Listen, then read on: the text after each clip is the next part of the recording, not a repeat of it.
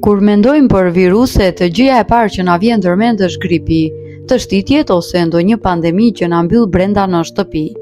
Ne I shikojmë ata si armiq të jashtëm që thjesht vinë, na sëmurin dhe largohen. Por shkenca moderne ka zbuluar një të vërtet shumë interesante. Viruset nuk mjaftojnë vetëm duke na sëmurur. Disa prej tyre e futen aq thellë në qelizat tona, sa që arrin të ndryshojnë përgjithmonë kodin ton gjenetik. Po, e dëgjuat mirë. Viruset mund të rishkruajnë ADN-n tuaj, dhe ajo që është akoma më çmenduri, është se ky proces ka ndodhur për miliona vite, duke lënë gjurmë të pashlyeshme në trupin e secilit prej nesh. Sot do të zbërthejmë saktësisht se si ndodh ky hakim gjenetik dhe çfarë do të thotë kjo për secilin prej nesh. Si e ndryshojnë viruset kodin ton gjenetik? Shumica e viruseve funksionojnë si hajdut afatshkurtër. Ata futen në qelizë, përdorin makinerinë e saj për të bërë kopje vetes, e shkatrojnë qelizën dhe ikin. Por ekziston një kategori specifike që sillet si arkitekt. Këta janë retroviruset. Kur një retrovirus infekton një qelizë, ai nuk nxiton ta vrasë atë. Ai mbart me vete një enzim speciale që funksionon si gërshër molekulare. Ky virus pret fjen e ADN-s suaj të shëndetshme.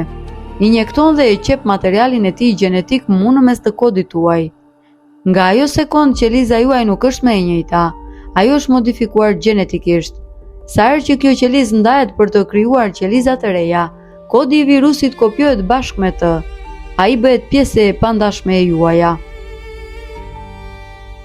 Trashëgimia e padukshme në trupin ton.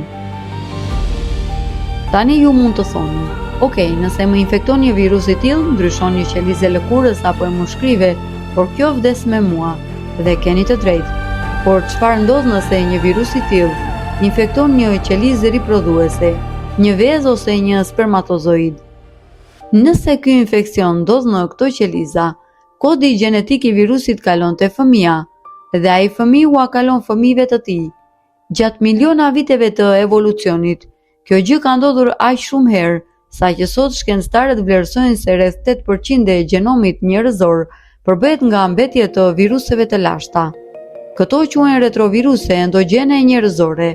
Praktikisht, ne mbartim një muze të vërtet mjekësor brenda nesh. Ne jemi në një farë mënyre pjesërisht virus. A është ky ndryshim I dëmshëm apo I dobishëm? Në pamje të parë të kesh ADN virusi brenda trupit tingëllon e frikshme, por ja ku vjen kthesa e madhe e historisë. Shumë nga këto ndryshime gjenetike na kanë ndihmuar të mbijetojmë. Evolucioni ka bërë që trupi ynë të zbuzë këto gjenome virale dhe t'i përdor për funksione jetike. Për shembull, një proteinë që lejon krijimin e placentës te gratë shtatzana, e cila mbron fetusin dhe lejon ushqyerjen e tij, vjen pikërisht nga kodi I një virusi të lashtë. Pa atë ndryshim gjenetik që na bën viruset miliona vjet më parë, njerëzimi si gjitar nuk do të ekzistonte sot.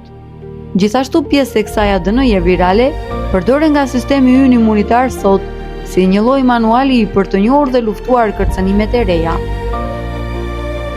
Kështu që herën tjetër që të mendoni se viruset mos I shikoni vetëm si shkaktar të sëmundjeve, ata janë hakerat, arkitektët dhe bashkautorët e kodit ton të jetës. Ata na kanë ndryshuar, na ndryshojnë dhe do të vazhdojnë të formosojnë evolucionin ton. Nëse kjo temë ju duk interesante dhe dëshironi të zbuloni më shumë sekrete të pabesueshme të trupit të njeriu dhe shkencës, mos harroni të bëni like kësaj videoje, subscribe në kanal dhe aktivizoni këmbanën e njoftimeve. Shkruani në komente: a e dinit që mbartim ADN virale brenda nesh?